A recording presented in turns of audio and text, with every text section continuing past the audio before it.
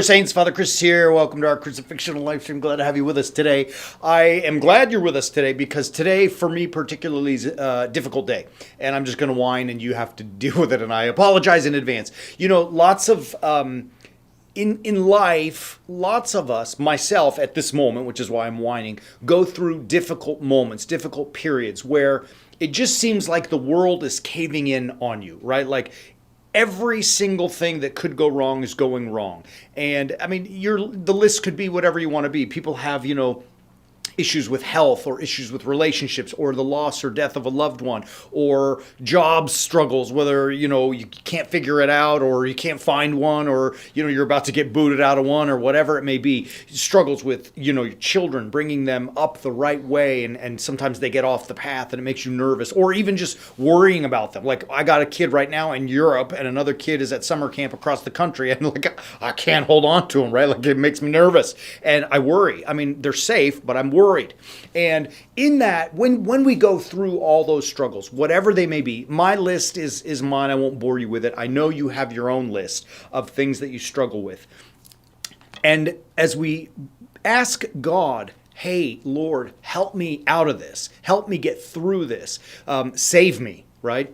And what if he doesn't answer? Or at least we perceive no answer from him. What if we can't hear it? What if we look for a sign and, he may not be giving it to us at that moment? That, when we come to those moments, my beloved warrior saints, it's a frustrating moment. It's a fearful moment. I mean, it can lead us to the brink, the edge of despair almost, right? And I don't know that any of you ever feel this. I may just be whining about it myself. But I feel like all of us at some point, and maybe multiple points in life, go through this kind of stuff where we find ourselves at the edge of a cliff and it's like we're just being pushed over the edge and we can't stop it. So how do we deal with that, right? Like if you feel that way or have ever felt that way and you come up to it, how do you deal with it, right? Well, as we do in all things, I turn to Scripture because God is speaking to us and has spoken, I should say. And you know what? He's pretty smart. So let me say this.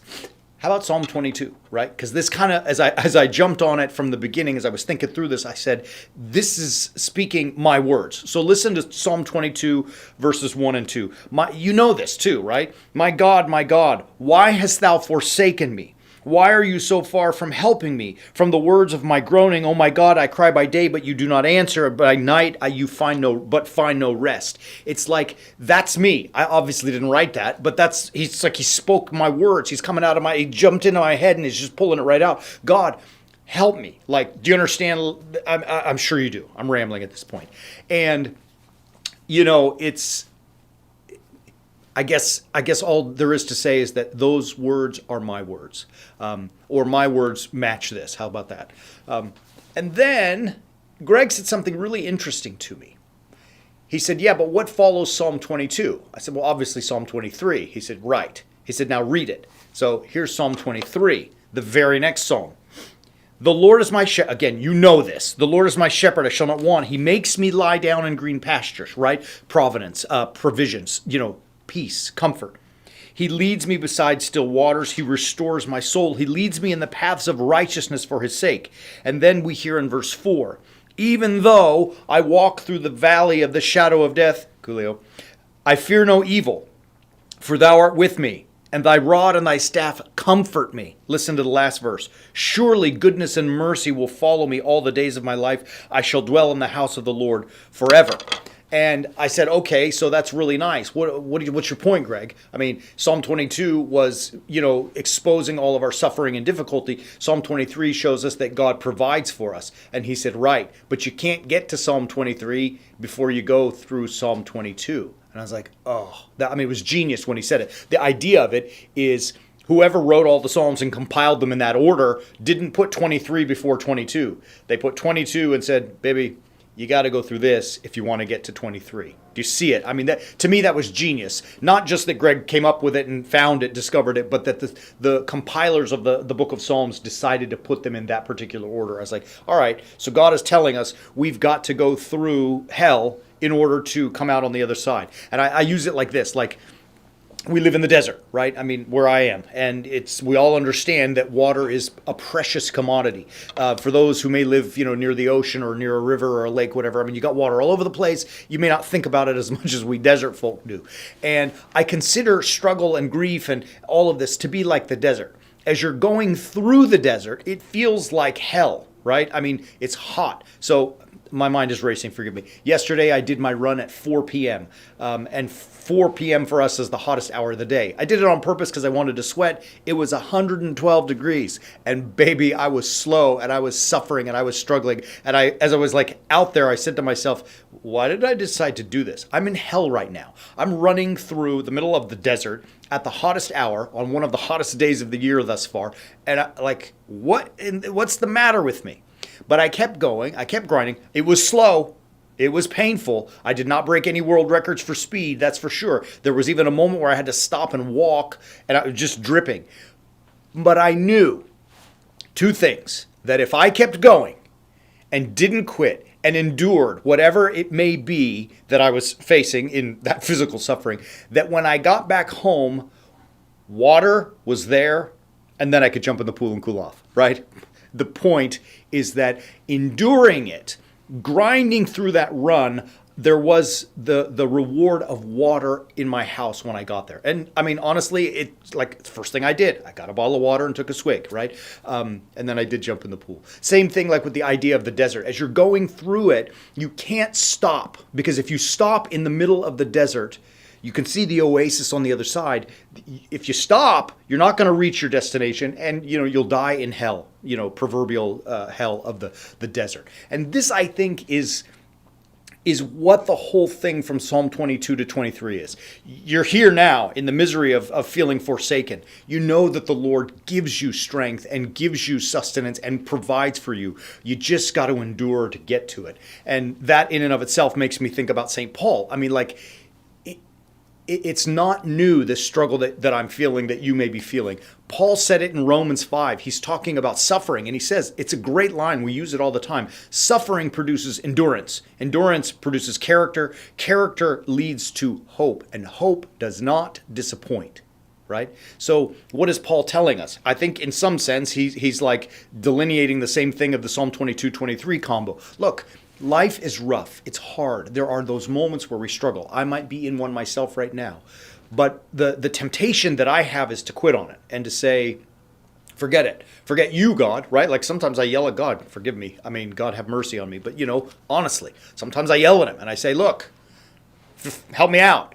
But I think what's happening is that in this moment of suffering and struggle and strife and at the edge of despair, God is saying, endure, baby. Hang on. Just keep grinding. Keep fighting. When you suffer, it leads you to endurance. You learn how, like I did yesterday, to make the run in the miserable heat.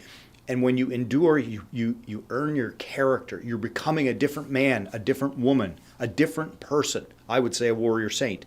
And that endurance that leads to character ultimately provides us with hope. And God will not let hope disappoint, right? Do you see all that? I hope I was able to draw that line out clearly.